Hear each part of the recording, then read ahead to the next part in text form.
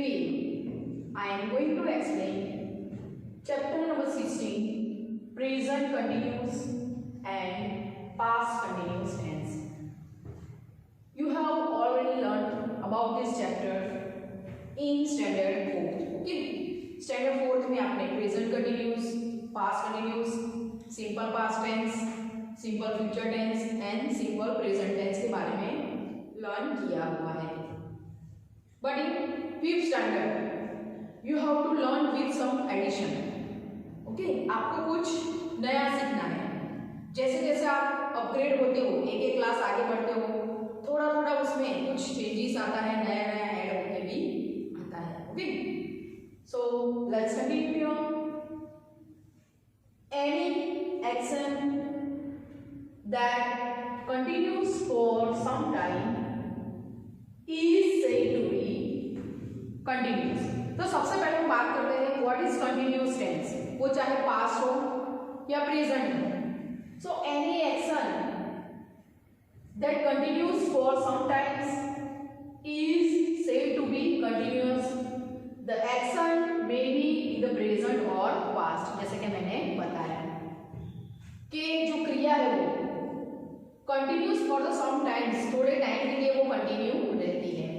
Simple आपने first to fourth standard में सीखा है कि what is the definition of present continuous tense.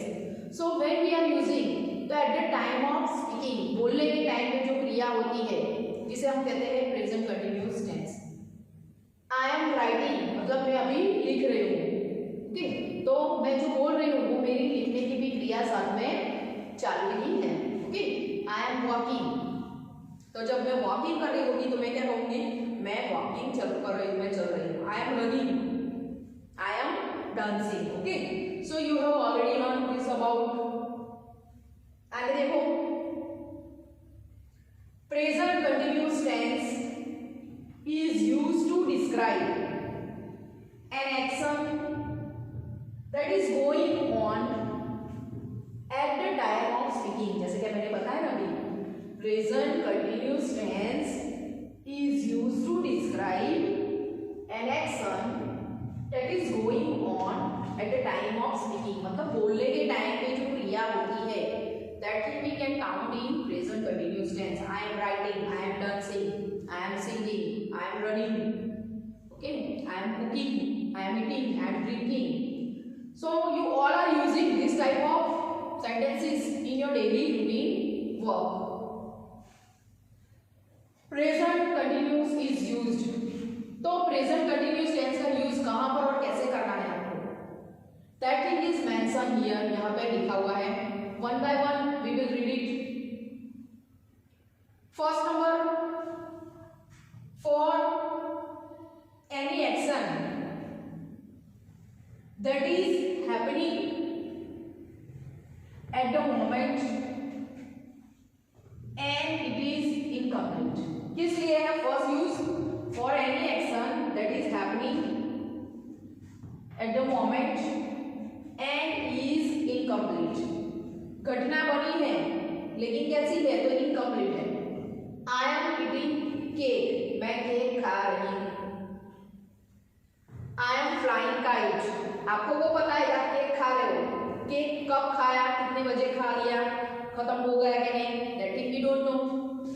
आगे देखो, आई एम फ्लाइंग काइट, तो पूरा दिन रात हम काइट फ्लाई करते रहते हैं. नो, कोई टाइम पे तो उसकी क्रिया खत्म हुई होगी कि नहीं, लेकिन that time is not mention here.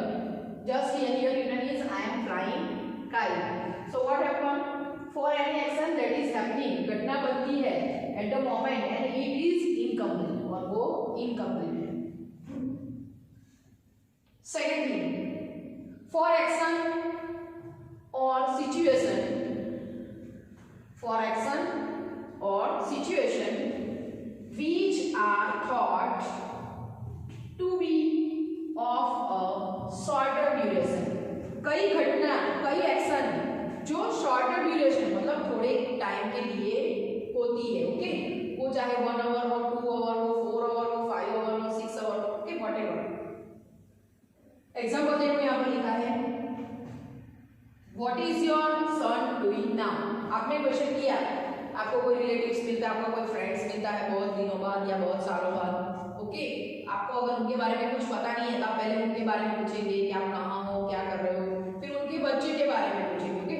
तो यहाँ पर ऐसे ही क्वेश्चन किया गया है simply, what is your son doing now, मतलब आपका लड़का अभी क्या कर रहा है, ओके। तो यहाँ पे कौन से एक्शन बने, फॉर एक्शन और situation which are thought to be of a shorter duration, मिले, बात की, फिर बिछड़ गए, ऐसा नहीं कि पूरा दिन बस बैठे रहे और एक ही बातें करते रहे, नो, मतलब वो जो मिलना जुलना था वो थोड़े टाइम के लिए ही था, ओके।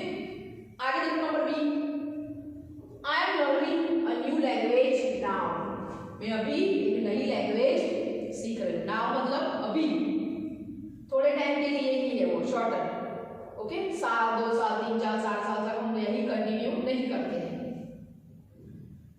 सी में लिखा है my mom is working in Bengaluru, my mom is working in Bengaluru, मेरी मम्मी जो है वो बेंगलुरु में काम करती है। तो वो भी शॉर्ट ड्यूरेशन, ऐसा नहीं है, कोई गवर्नमेंट जॉब होती है तो हम वो हमारी सिक्योर जॉब है, ओके, वहां पर भी कई बार ट्रांसफर भी होता है, not one place we have to stay there, कई बार उसमें भी ट्रांसफर होता है, लेकिन प्राइवेट जॉब में क्या होता है, we can change it again and again, अगर हमें अच्छी सैलरी मिलती है, अच्छा ग्रोथ होता है हमारा, तो we can change it, okay.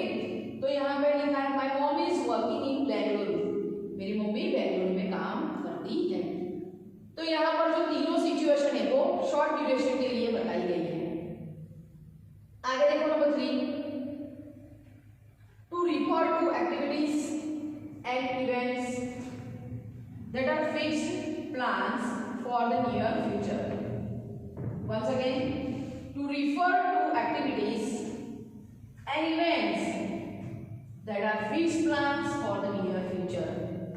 तो थर्ड यूज क्या है उसका, जैसे कि हम सिंपल फ्यूचर टेंस के सेंटेंस बनाते हैं, I will go to Baroda next week, I will visit the zoo this Sunday, कि कहते हो कि नहीं, I will go to Shimla in summer vacation, means आप फ्यूचर में क्या करने वाले हो, कहाँ जाने वाले हो, वो सब आप प्लान करते हो। तो जो फ्यूचर टेंस में जिस तरीके से सेंटेंस बनाते हैं उसमें प्रेजेंट कंटिन्यूअस टेंस का भी हम यूज करके फ्यूचर एक्शन को इंडिकेट कर सकते हैं। कैसे, तो देखो यहाँ पर लिखा हुआ है to refer to activities and events that are fixed plans for the near future, मतलब नजदीक के समय में आप कहीं जाने वाले हो, कुछ शॉपिंग करने वाले हो, किसी को मिलने वाले हो, okay, so for that you can use this tense. Example में लिखा है, देखो, we are leaving for Coorg tomorrow, we are leaving for Coorg tomorrow, मतलब कल हम कुर्ग के लिए निकल जाएंगे। तो यहाँ पे क्या लिखा है, आर लिविंग, सेंटेंस है किसका, तो फ्यूचर टेंस, फ्यूचर टेंस के रिलेटेड है। We are taking a flight to go there, और वहां जाने के लिए हम क्या करेंगे, तो फ्लाइट लेंगे। तो ये नियर फ्यूचर में, मतलब थोड़े ही समय में आप कुछ जो करने वाले हो, ओके, उसके लिए भी हम सिंपल प्रेजेंट कंटिन्यूअस टेंस का यूज करते हैं, ओके। तो आए समझ में आपको सबको, 3 रूल्स यहाँ पर लिखे हुए हैं, once again we will read it. First number का रूल है यहाँ पर, for any action that is happening at a moment and is incomplete. Second है, फॉर एक्शन और situation which are thought to be of a shorter duration।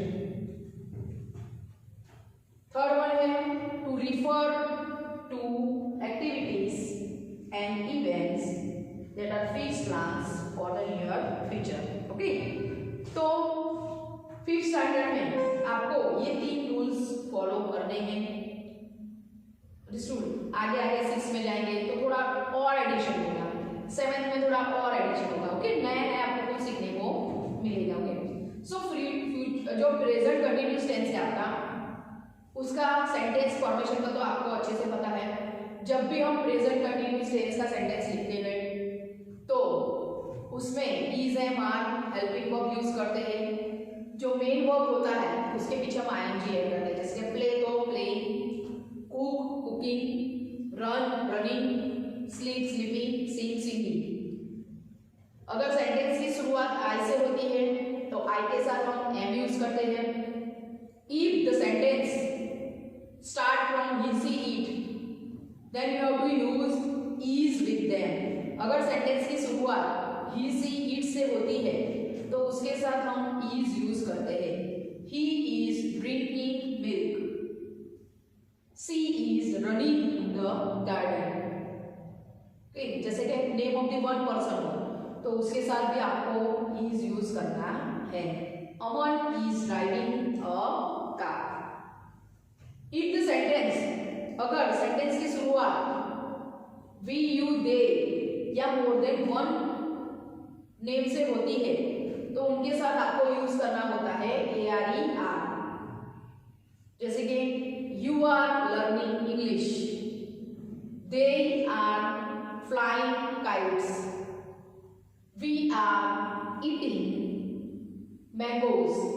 तो अलग अलग pronouns और नाउंस के साथ आपको इज एम आर का यूज करना होता है। कैसे करना है वो ऑलरेडी आप सीख चुके हैं और मैंने भी अभी बताया। Okay, so you have to write down all the things in your notebook. आपको ये सारी चीजें आपकी इंग्लिश की नोटबुक में अच्छे राइटिंग से लिखना है, साथ में आपको रीड भी करना है।